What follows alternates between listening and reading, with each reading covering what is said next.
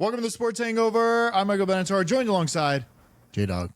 Mike, good to see you. I'm in Florida. The traveling circus continues. I'm close to Miami. Got my dad's yard back here. Showing it off for you. For all the folks watching our clips, watching live South Florida. I'm not back in LA. It's been 6 weeks, so I'm ready to get back. It's been a long time, and you're homeless, so you're coming back to LA without a home, which is always exciting. Well, Mike, I'll fit right in LA, right? You will, yeah. You could just camp out on the street. Totally okay out here. It's cool. You can live on the beach actually for no cost. It's actually accepted. That's different. Now, while I've been gone, you've had some earthquakes, right? Was one right under your house? You guys doing okay? Yeah, a lot of earthquakes out here. Most amount of earthquakes in a short amount of time that I've ever experienced in my life. So it got me really worried. I'm looking to try to get some earthquake insurance now because I'm scared. Yeah, and that's kind of sucks. You have a son, and then all of a sudden, earthquakes nonstop. It seems. I know. But you missed out on them. I feel like that's something like when you move here, you want to experience some earthquakes. We had some big ones. I felt like you would really appreciate a good shake. I don't appreciate good shakes. I thought I would appreciate good shakes, and I had one wake me up, a little one that was just over the ocean in Santa Monica. Not fun when it wakes you up and the walls are shaking. No. Never fun, but especially not at night like that. No, definitely not. We have 1 week before football kicks off next Thursday. Yes. We've been waiting. Yes. It's been summer. Summer went by fast and slow to me. It feels like I had a child a year ago, even though it's been only 4 months. So it's been a long summer, but I'm excited for fall. It's getting nice and like cool out a little bit now in the mornings, which is really... It really? In August? Wow. It is, yeah. Where it really feels like, football's right around the corner. I can't say that here in Florida, so not every state is feeling what you're feeling. Like, you were just here too, it's hot, but I'm glad LA and a lot of the country is getting into football weather. We have a pretty packed slate in the NFL in week 1. It starts hot with Ravens Chiefs on Thursday night. We have the Brazil game. I know you're excited about the Peacock exclusive. Everyone's signed up for the Olympics. Let's just keep it going for an NFL game. The Packers and the Eagles, right? Yeah. we got a big exclusive there. Then Sunday, there's so many good games. We got Scott Hansen, and then we have Jets 49ers Monday Night Football of week 1. So it's like front to back. I'm so pumped for every game. I think next week we can start breaking down the week 1 games, which is so cool. Yeah, I'm excited. I also have, we've mentioned it many times. Jeremy, you didn't remember, but we talked about the manifesto that me and mutual friend have put together.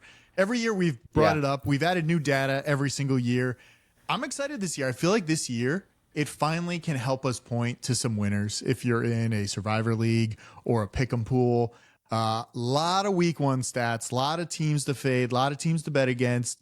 I love it. We can break that down later, but we can talk about news. The manifesto. No, I'm excited. So I want to check in on some rookie quarterbacks to start the show. Lots of headlines going on. So what an opportunity for us to revisit the 5 quarterbacks taken in the first round of the draft, Mike, and say, hey, what's going on? A little bullshit or believe on their current status. So I want to start with one who's in the news today. Last night, the Patriots, all the talk about this team and their terrible offenses that Jacoby Brissett is going to command it. That's how you know it's going to be terrible. But yet, Brissett gets hurt last night. Drake May slinging the ball around. Drake May start week 1. Gerard Mayo woke up feeling dangerous this morning and said Drake May is the best quarterback on the roster. So we don't know who's playing right away. I was down on Drake May. Now I'm starting to believe he could start. Bullshit or believe on his rookie season. So your stock of Drake May is going up. What about, there's like a 3rd string quarterback there that I've seen play that looks better than Drake May. Do you know his name? Do I have to look up his name? I thought there was 2. I thought there was only 2. Really. Bailey Zappi is not still there, is he? No. I'm gonna look up who he is. He's pretty good. God, what was his name? It's not Jacoby. It's the other guy. There's another guy there that's good that was not drafted. Never mind. I'll look it up later. But I don't believe in Drake May. I think it's gonna be the worst NFL team in the league. I know. I don't think they're gonna win a lot of games this season. What the heck? Why am I in the? It's like it's Joe showing. Milton. Is that who? Joe it is? Milton. Yeah, Joe Milton was undrafted. Apparently, he told Chris Collinsworth last night he can throw a ball 95 yards in the air. Did you hear that? I don't believe that, but I'd like to see it. Sure. I think he has some arm strength. That's a long way. You think he's better than Drake May, is what you're saying? I just don't think. Hey, listen, it's a new coach, brand new quarterback, brand new system, brand new everything. They're going to be terrible. I have no hope in Drake May. I'm saying bullshit on Drake May. Okay, sorry. I think he's going to start the season at this point. Maybe because Jacoby got hurt. Maybe because Drake May's slinging it around. That's fine. He can start, but he's not. Are you going to draft? Listen, we're doing a fantasy draft this weekend. Are you drafting any Patriots players at all? I'm not drafting anyone we're talking about as far as rookie quarterbacks. Am I drafting Patriots? Okay. Who's their tight end? No, I can't think of anyone to draft. Literally, you're not drafting anybody. Commodore Stevenson. We don't want running backs on bad teams. We don't want that. They don't score. So you they don't want score. Receivers do. Running backs don't. That's right. Okay, JJ McCarthy, don't have to spend much time on this. Torn meniscus. I just got to tell you, my brother has had 4 surgeries for 2 torn meniscuses. Tough injury. Now JJ's going through it, out for the year. Not bullish on his situation now or in the future. I'm a Sam Darnold guy. I told you that a few weeks ago on the show, and it's coming true. I'm bullish on the Vikings. Sam Darnold's taking them to the playoffs. What if we change it a little bit? Tell me about your thoughts on Sam Darnold instead of McCarthy. Listen, Sam Darnold's been in the league for a few years, a couple of years. I don't know how many years. I feel like he's been in the league for like 10 years. I'm not sure if that's accurate, but somewhere around that, right? Like, give me a stat if you want to look it up. I feel like it's at 6+ at least. 6+. He was on the Jets for some terrible years. I don't think this is going to change much. I think it might be a slight upgrade to JJ because a rookie coming in might be a little tough. I feel bad for JJ. I think that's really tough to come back from as a rookie. And then you're expected to kind of like produce the next year after you kind of like tear your knee up. Yeah. But I think it might be good if they get the first round pick, like then they get another wide receiver or somebody else on the team. I don't think Sam Darnold, I think he's like neutral. I think the team will just like be an even 500 team. They'll win some games. And I feel like that's what Minnesota always does. Like they just kind of get by and they win some games and you're never like too impressed with them. It could be Kirk Cousins 2.0. So that's what we're looking at here. I mean, Kirk Cousins won a lot of games, went to the playoffs. I don't hate the comp, honestly. Okay, Maybe Sam Darnold could do the same. I know the manifesto is coming up. I am going to be putting some money on the Vikings in September. I'm not like picking matchups yet, but like in the first couple weeks of the year, I will bet on them at some point. So that's my manifesto coming up. A few more rookies to run through before you get to it. Jaden Daniels. Mike, the Washington Commanders are so confident in this kid. They benched him for the preseason game. He's like, dude, you're ready. You're going out there. I saw he's a popular pick for Offensive Rookie of the Year, which isn't saying much for the guy picked ahead of him, Caleb Williams. I love what's going on with the Jaden Daniels buzz. I'm buying in. What about you? I'm buying in too, but they got rid of Dotson, right? So he's gone. Yeah. They only have Scary Terry, and I don't know who else is there. I like it, but also, again, it's like such a messy franchise. I don't know how he'll be. I feel like there's been quarterbacks there we've liked. We liked Sam Howell when he was there, right? We were pumped on him when he went to Seattle. It could be a big upgrade from Geno. Yeah. I don't know how it's going to go, but I do have some info on that. I mean, he is that's a new coach there as well. Tell me about it. Yeah. New regime. So that's why maybe we give him a little chance instead of saying same old. They're not even the same team. They changed their name and everything. They did change their name, but I just think it is so tough when a new coach, everything comes in. I think it's like, if you like everything perfectly, you could win some games, but it has to be so hard. And that's why it's like, if Caleb Williams, like I'm sure we'll talk about him, but if he does not get them to the playoffs, I feel like everybody's going to be disappointed. But just look at what you had before. It's like Justin Fields is now fighting for his life against Russell Wilson and might win the job. Or who knows? I don't know who's actually starting there. So who knows? It's not Justin Fields. They don't seem to want Justin Fields to start. Even if he's better and more athletic, they don't even want the fun one, which is such a Pittsburgh Steelers thing to say. Like, let's go boring. Let's go stale. Let's go vanilla. That's exactly what Russell Wilson is. You mentioned Caleb Williams. Mike, a Bears person, a Bears follower said today, Caleb Williams is already the best quarterback in Chicago Bears franchise history. How? What is going on? People are delusional. There's no way. Like, yes, in the last like 10 years, you've probably had it's been tough. You had Jay Cutler, who never wanted to really play with anybody. He's just pissy all the time. But he's pretty good for a minute, right? Yeah, it's pretty good. Yeah, you felt like there was like some hope there. Yeah. But I think that's with every quarterback. I just worry. Listen, Caleb Williams, everybody loves him on the team. I just feel like his emotional state, I want to see how he acts during a game, because if that man breaks down and gets pissy or cries or does something like that, I don't love it. I want you to be out there and be like, you need to be the field general. You need to be a strong presence on the field. And we'll see how it goes. I don't know. My hopes are low for Caleb Williams. I'm betting against them. We're Jaden Daniels Offensive Rookie of the Year people, is what you're telling me. 100%. Yeah. Number Jaden 2 Daniels pick, for sure. not the number 1 pick. Look at last year. Bryce Young was number 1. CJ Stroud was number 2. It's not crazy to think the number 2 guy can be better than number 1 in his rookie year and well beyond. Michael Penix Jr., I think he's going to start week 1 in Atlanta. Kirk Cousins has not been playing preseason. They benched Michael Penix. I just have a weird thought that Michael Penix is the guy and they regret the Kirk Cousins contract. He's not healthy yet, and they're just going to ride with the lefty. It is weird that they sat a rookie QB that come in. It's like, we need to see what you're doing. It's like, no, let's get the third and fourth string. This would be his one only chance to play if Kirk was going to play, is what I'm thinking, but maybe he's not. So what do you think is going to happen? Like, do they try to push out Kirk? Do they try to trade Kirk? I don't know if Kirk can be traded. Are they trying to get like the stock of other people up so they can trade? So something weird is going on, and I feel like everybody in that organization regrets what they did. They have a stacked like offensive like team. They have Bijan. They have Pitts. They have Drake London. Yeah. So it's like, I don't know. It's like they want to move quickly, but they paid a lot of money for a guy that. I mean, Kirk Cousins could get hurt. He is coming back from an ACL injury. He's already hurt, and he's not really like practicing fully. He can't practice 2 days in a row, so we'll see what happens with him. This guy's not a rookie. He's kind of a rookie, but I love when you talk about him. My last quarterback on the list, Thick Rich. Are you buying Thick Rich stock going into the season? I mean, he's technically not a rookie. This is his second year. He's played like 6 games, man. Come on. I think his problem is, yes, he got thicker. I think he wants to hit more people and just charge downfield and might get injured. I like that he wants to play ball. He's a big man. He could run pretty fast as a big man. I need to see what goes on. I'm a little nervous that he'll get injured again because that's just the way he plays, and he needs to be. That almost needs to be coached out of him because I think it's good. But it's like, look at Lamar. That man is half your size, half your weight. I don't think he's ever really been seriously injured. The only thing that's coming to my mind is like the one time Lamar ran off the field to like take a dump midway through the game or something. That's the only time I can remember. That was a good one. But Thick Rich, I mean, he needs to be careful, but I think he could be a superstar for sure. I love him. He's fun. He wanted to be a rapper, all this stuff. I'm pumped. He might be too reckless, to your point. Like, if he's only going to play 5 games a year because he's running over people, that's not the best use of a quarterback on the field. You'd kind of rather him not run over people and stay healthy and try to get you to the playoffs, which they almost made the playoffs with Gardner Minshew last year. So you think if Rich does stay healthy, maybe they have a chance to be decent in a bad division. I know you're not bullish on that division in general. The reason I ask you about him, though, is because Adam Schefter, in a mock draft on ESPN last week, picked Anthony Richardson as the number 1 quarterback in all of fantasy football for this year, ahead of Mahomes, ahead of Josh Allen, ahead of the stalwarts. And this is Adam Schefter. This isn't some guy throwing it out there. So it made me think Thick Rich could change some people's minds. Listen, those guys are drafting in like literally 800 leagues. At some point, you have to like switch it up and have excitement in one of your leagues. I get it. Sure. Mike, I don't listen to many experts. Schefter would be one to listen to.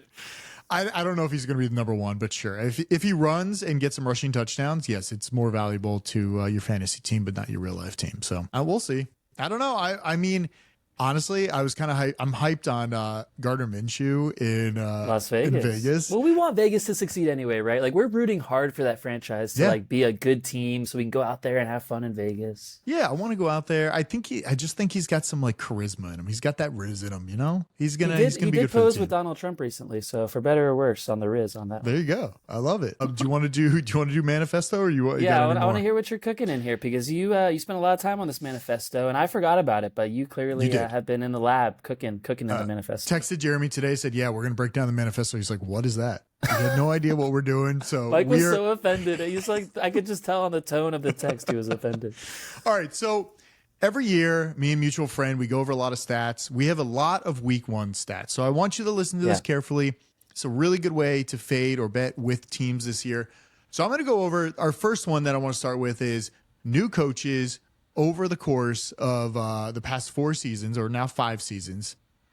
These are new coaches. They are 7-16 straight up against the spread, week 1, when facing returning coaches. Now, here are all the new coaches. I actually didn't put all the teams they're playing, but most of them should be facing returning coaches unless they're playing each other. Harbaugh, we got McDonald in Seattle. We got Dave Cannells in Carolina, Raheem Morris in Atlanta, Brian Callahan in Tennessee, Gerard Mayo, and then Dan Quinn in Washington. Those are all the new coaches. So when you're looking this week or next week and you're going to bet, just look out because they're about 50% either way. So 7-16. So it's a little under 50%, but that's kind of where I wanted to start with it because that's a good like little identification, like, hey, these are new coaches. Just like be wary of these teams the first week because they could lose. Most of them will lose. This is only a week 1 stat. You can't take this all across September. This is only to be used next week's week 1 games. I would say there are some stats that you could drag them through a few. I haven't looked at week 2, but this is scary because when you look at the games, it's like, okay, Seattle. Who is Seattle playing that first week? I think Seattle's playing Denver or something. I think they're playing Denver. Yeah, you might take Seattle in your. Can I say that? Can I say that? In your survivor pool? Yeah, in the survivor pool, I might. But this almost talked me out of it. Okay. It's a little scary. So also here's another one. Wait, Sean Payton is he a new coach or was he there last year? He was there. He was there. He was there. He pushed out Russ. It wasn't good. Yeah, he pushed out Russ. He's kind of like a fresh start, year one. A little fresh start. Week 1 divisional dogs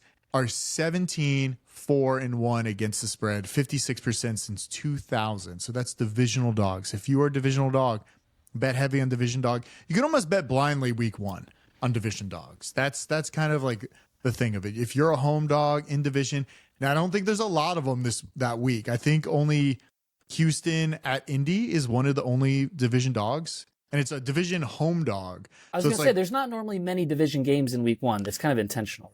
Yeah, so in week 1, home underdogs in division games are 19-5 against spread. So that's another stat. So this is like home division. So you have Indy at home playing Houston. Indy is +2. That first game of the week. You're taking thick rich week 1 is what you're telling me. I might be taking thick rich for week 1 for sure. Okay, this is now they get complicated. You know how they do stats and it's all like, hey, like if you do this and that, and then actually his passer rating's really good if you cut out 95% of the passes and just look at this little one. These are some of the stats we have here. In week 1, when two teams who failed to make the playoffs the previous season face off, the under cashes at a clip of 58% since 2005. So the under in two bad teams playing in week 1 hit the under. I like that. And it makes sense. Too bad. Two teams that did not make the playoffs. Right. So maybe they weren't good last year. Maybe they're better this year. Yeah, but it's going to be the under. Okay, so have you identified those games yet for next week? I did not. There were so many games. This is the one I do have. In week 1, road underdogs who failed to make the playoffs, so they cash at a certain rate. So Arizona at Buffalo was one of them, I think. Road underdogs who failed to make the playoffs in the previous season. Road dog, but Buffalo did make the playoffs, so it's slightly different. But Arizona did not. So it's a road underdog playing in Buffalo. Very particular. You have to look at it. So it could be Arizona. I don't believe in Arizona at all, but definitely not a survivor pick for me. I mean, there's so many. It's like Jared Goff. He is 6-0 against the spread week 1. His spread. Wow. I love that matchup too against the Rams at home. They beat him in the playoffs last year. I think they're going to run up the score at home. That offense cooks at home inside on the dome grass with St. Brown and Gibbs and Laporta. That's one of my games in week 1 I love so far. Can I say this though? Sean McVay is 6-0 straight up week 1. So that's like, where do you go with that? Contradicted. Yeah. It's kind of like 6-0 straight up, not even against the spread. He's winning games. Straight up, first game of the season. He's a hell of a coach, and we know Dan Campbell's not a hell of a coach. So that's like, I think those cancel out. You don't bet that game that week. You try not to bet that game. I don't know. Kind of like the Lions. Jets are 0-6 against the spread on extended prep 8 days or more under Robert Saleh. I'm going to say week 1 against San Francisco, they lose that game. That's one of the best signs of being a bad coach you can have. Extra coaching time, we get worse. Less coaching time, we play okay. That's like very much of an indictment on Saleh. I think a lot of these things too are like, okay, you could look at it. He had bad quarterbacks throughout the season. Now Aaron Rodgers is here. Do you not listen to this stat? Because sometimes these stats make that bias so strong that you're like, yes, this is definitely going to hit. And a lot of times teams change. A lot of things change over, but it does make you think, okay, it's been 6 first week 1 games, or you've had 8 days extended prep. So that means you played on a Thursday and you play the next following Monday or something. I just don't know what to believe anymore. So I'm going to try to keep track of a lot of these. Yeah, it's tough. It's not easy. I have a lot week more. Week 1's a great place to spot a trend. I feel like that's like the best trends show up in week 1, wouldn't you say? I would say, listen, there's some, like if Indy plays the Jags at home week 1, Indy always loses. I also have one where week 1, 8 straight seasons losing the first game, Colts. So 8 straight seasons, the Colts have lost their first game, but they also always lose against the Jags if they play at home. They're playing Houston week 1. That could be They're also a home dog in the division, so they should cover for that. Like, the contradictions start to spook me, Mike, at some point. I know. Lions hit the over 11 straight week 1 games. And I told you I like that Lions offense at home, too. I know. So maybe that's the bet. Maybe go over in that game instead of betting the line. How about that? Yeah, I would say the over is safer than betting the line because both contradict each other. It's like basically you're saying Lions and Rams will win. All right, few more. Fade Super Bowl teams. Fade the teams coming in that played in the Super Bowl. Fade them, yeah, like Super Bowl teams. So Kansas City and San Francisco. San Francisco. So fade those teams week 1. But the Jets are not beating San Francisco in San Francisco on Monday Night Football. So we can discount San Francisco and just fade the Chiefs against the Ravens. You're telling me the Ravens, who, Mike, that makes perfect sense. Last year, the Lions and the Chiefs opened up on Thursday night. The Lions went to Kansas City and won the game. The Ravens might be a great bet in week 1 to win that game. Money line. But those are terrifying bets to make week terrifying. 1. They all are. We don't know anything yet.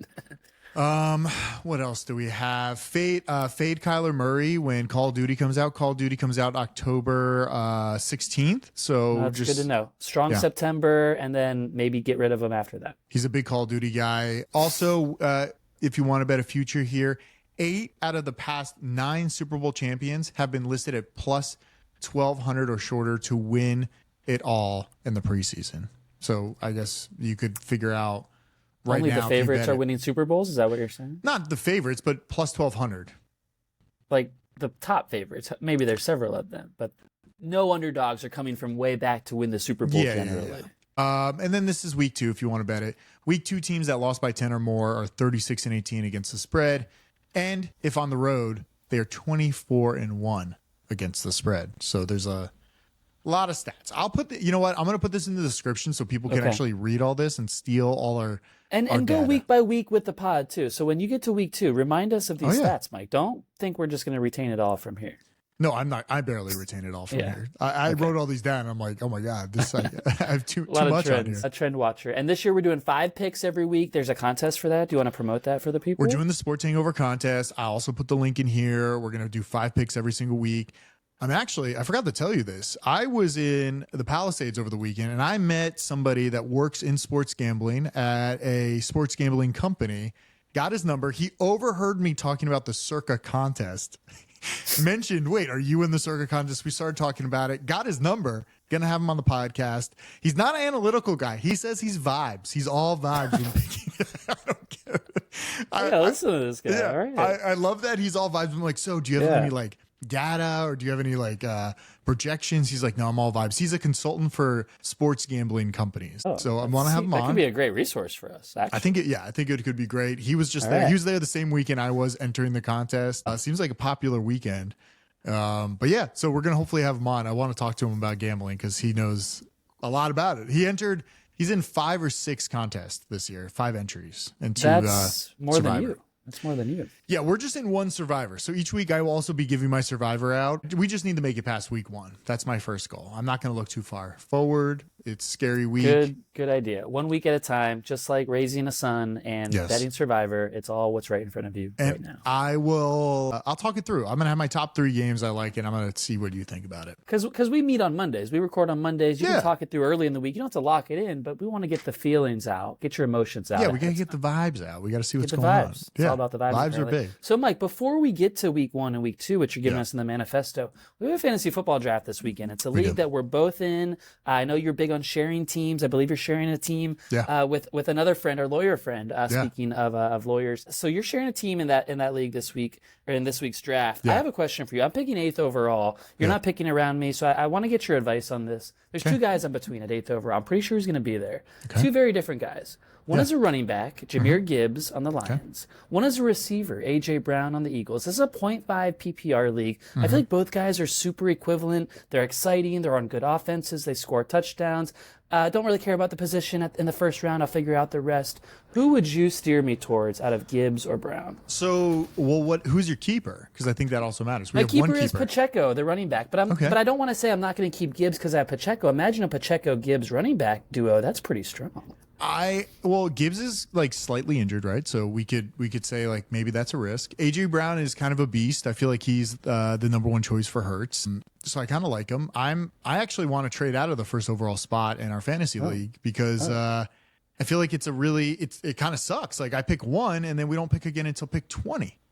And it kind of sucks. You don't have a lot of options. Like if you're picking at 8, you get to pick again very quickly. Really quick. I have to like reach. So I'm like, well, if CMC is there, like, do I take him or do we try to reach for somebody else we really want? We really have to reach at pick 20 because we've missed fucking 19 guys that we couldn't get. And So it is a keeper league. People might not care about that, but you're really getting the 30th overall player at 20. So you're going to have one top 30 player plus your keeper, I guess, who's pretty good. It basically is a terrible spot to be. You want to be picking 7 through 10 in this league because you have a better option, I think, on players. I didn't know that. So are you wanting to trade your number 1 overall pick with the 8th overall pick? Is that what you're looking to do? I would 100% trade with you. Interesting. But we have to trade if you'd 100% trade, we'd have to work out something else too. We'd have to do all kinds of picks. Not all of our picks, but just some picks. Honestly, if you just trade me like a 2nd or 3rd round pick or something like that, like swap it. I don't know how this league works. It's like so old school. They don't want to change anything. I will Still trade done by paper. We count scores by paper and pen every week, and we mail out the results. Yeah, that's basically our other league too. They do it on Excel. They really do that. Yeah, that's interesting. I'll talk to you about the trade value. There's like for the NFL draft, there's a chart where like every pick has a number, and you can like do the math on it. So maybe we can find one of those. Send us an offer.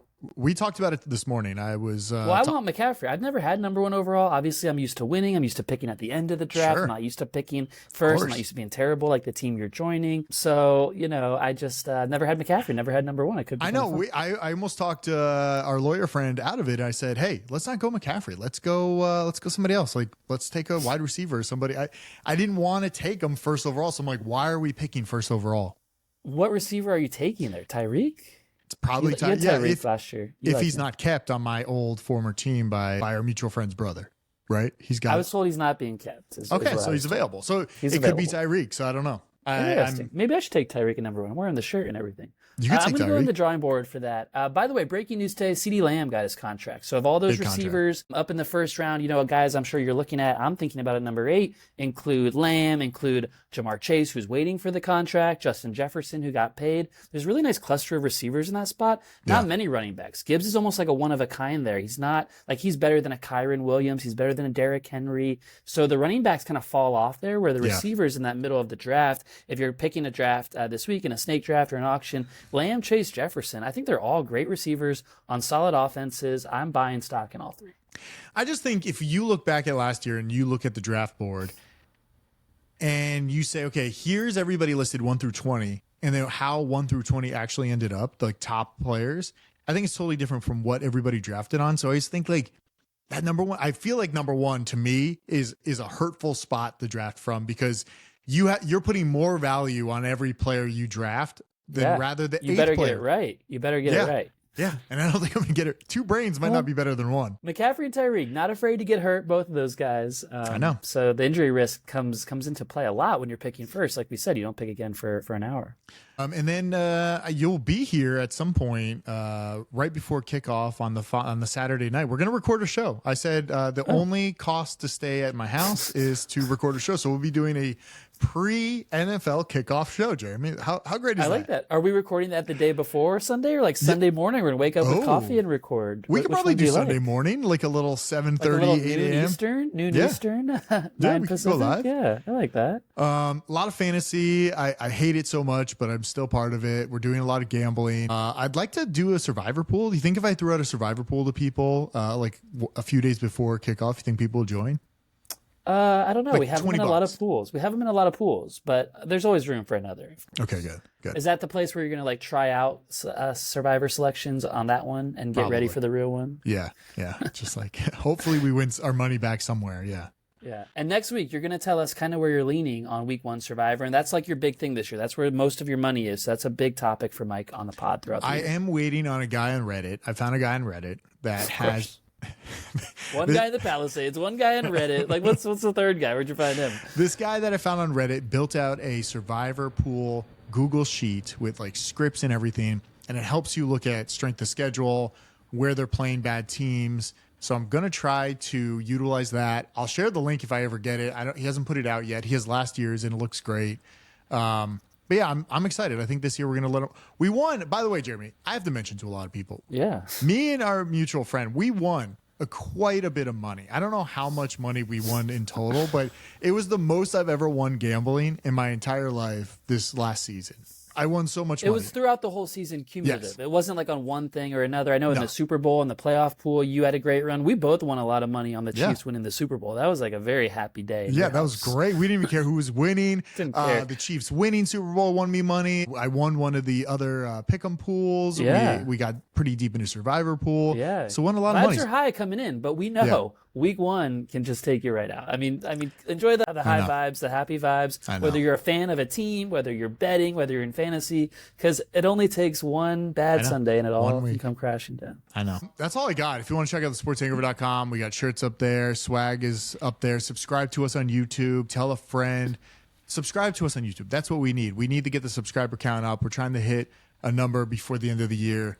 So go to youtube.com/sportshangover. Subscribe to us. Anything else, Jeremy? Anything before we dip out? So long from Florida. I'll be going to the UCF game in Orlando this weekend. College football starts a week early, Mike. So Thursday night, UCF, New Hampshire. I think UCF Wow. is a 60-point favorite at your alma mater in Orlando. So excited 60 point? I think it's that bad. So it's going to be ugly quick. Got to drink a few beers on the walk over because the game's going to be over by the time it starts. So Well, I that'll be can't fun. wait for you to try out the college football game. EA's college football game. It's great. I love Oh, it. you got it, right? You've been playing. So much fun. So much better than Madden. Madden is the worst game I've ever played compared to Look it. at you, big college football guy, all of a sudden. Huge. I'm recruiting aggressively. 5-star recruits.